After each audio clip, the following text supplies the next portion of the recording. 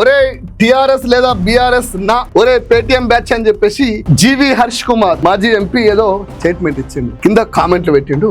వీనికి చెప్తున్నా, హర్ష కుమార్ గారికి చెప్తున్నా, వారి హర్ష కుమార్ నీకు యాదికుందా? నీకు యాదికుందా లేదో అనేది తెలియదు కానీ ఒకసారి యాద్ చేస్తున్నా, ఇది నువ్వే రావాలి. అరే హర్ష కుమార్ గారు ఇది నువ్వే, ఇది నేనే. నువ్వు ఆనాడు పోలీసులను అడ్డం పెట్టుకొని 5 ఎంపుల్ని పెట్టుకొని సంకల్ప దీక్ష అంటే బిడ్డ నీ షెడ్యూల్ వలగొడతా అని చెప్పేసి నీ మీదకి వచ్చింది, నిన్ను తన్ననీకి వచ్చింది నేనే, ఇది నేనే, ఇది నువ్వే.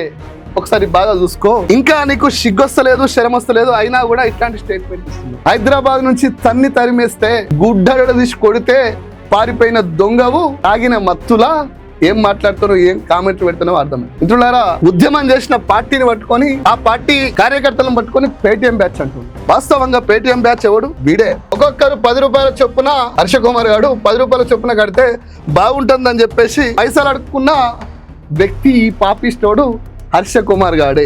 వాడి ఎలా ఉద్యమం చేసిన బిడ్డలను పట్టుకొని పేటిఎం బ్యాచ్ అని చెప్పేసి మాట్లాడుతుండు.